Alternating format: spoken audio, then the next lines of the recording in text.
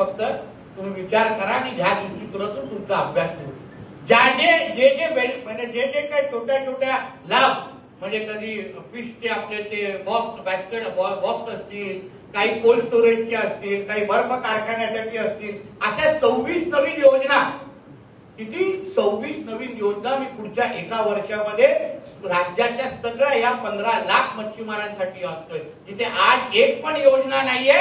येणाऱ्या एका वर्षामध्ये 26 नवीन योजना तुमच्या सगळ्यांसाठी असतात. 26. म्हणून या सगळ्यांच्या बाबतीमध्ये तुम्ही फक्त बारकाईने अभ्यास करा आणि लाभ घ्यायला शिका. एवढं मी तुम्हाला या निमित्ताने सांगणार. तर मी एकमेकाला धरून लाभ द्यायला कसा करून मी करतो. मी नाही तुम्हा लोकांची पाठ तोडणार. तुम्ही लोक माझे आहात. मी काही तुम्हा लोकांना मागे राहायला देणार नाही. मी 1-2 महिने वाट पाहणार. 1-2 महिने बघतोय फक्त लाभार्थी वाढतायत. नाही वाढले ना, इथे टेबल लावून प्रत्येकाला जाणार गाडीत घर घेऊन आणि लाभार्थी बनव आणि परत घेऊन जा.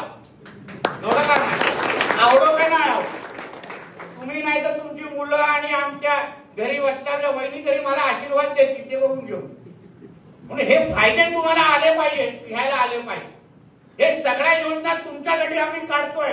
तुम्ही व्यवस्थित पद्धतीने अभ्यास करून अगर केला ना, अहो सरकार तुमचं आहे, मंत्री तुमचा आहे, घरातला माणूस आहे, मत्स्य व्यवसाय मंत्री आहे. काय मागे पुढे बघू नका. हक्काने सगळ्या गोष्टींचा लाभ घ्यायला शिका. एवढं ह्या निमित्ताने मी तुम्हाला आवर्जून सांगतो. म्हणून आपण सगळ्या जणांना एवढा विश्वास देईल. तुमच्या नजरेसमोर जे तुम्हाला आज संकट दिसतंय ते संकट दूर करण्यासाठी, जेणेकरून या वर्षी तुम्हाला जो त्रास झालाय, ठीक आहे, आपण 2 महिने आपल्याला थांबायला लागलं. पुढच्या वेळी अशीच परिस्थिती आली तर तुम्हाला थांबण्याची गरज भासणार नाही. एवढी काळजी मी निश्चित पद्धतीने घेईन. हाही विश्वास तुम्हाला या निमित्ताने देतो. या वर्षात तर आपण करू बघू. आपण डिसेंबरच्या अधिवेशनामध्ये या बाबतीमध्ये विशेष पॅकेज आपल्या ह्या राज्याच्या 15 लाख मच्छीमारांना कसं देऊ शकतो त्यावर माझं काम सुरू आहे आणि मी ते करून जाणार. म्हणून या सगळ्या गोष्टी आपल्याला सांगावं, जेणेकरून तुम्हालाही कळलं पाहिजे की तुमचा माणूस जे आता हळूहळू तुम्हाला थोडा कमी वेळ देतो असं वाटतं, तो काय नेमकं तिथे मंत्रालयात बसून दिवे लावतो हे तुम्हालाही कळलं पाहिजे. ते तुम्हाला वाटतं हा उगाच मुद्दा म्हणून येत नाही, असं नाही. भरपूर काम करतो. दिवसाचे 14-14, 15-15 तास काम करतो.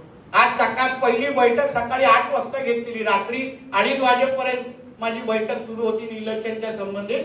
8 वाजता बैठक सुरू केली आहे. तुमच्या नंतर परत अजून 4 बैठका कणकवलीच्या घरी जाऊन घेणार आहे आणि मग झोपायला राहणार आहे, झोप लागली तर. म्हणून या सगळ्या गोष्टी का करतो की संधी मिळालेली आहे. कधी आपल्या सगळ्या वरिष्ठ नेत्यांच्या आशीर्वादामुळे तुमचा आमदार, ते पण देवगडचा आमदार कॅबिनेट मंत्री झाला आहे. लक्षात ही काही संधी मी सोडत नाही.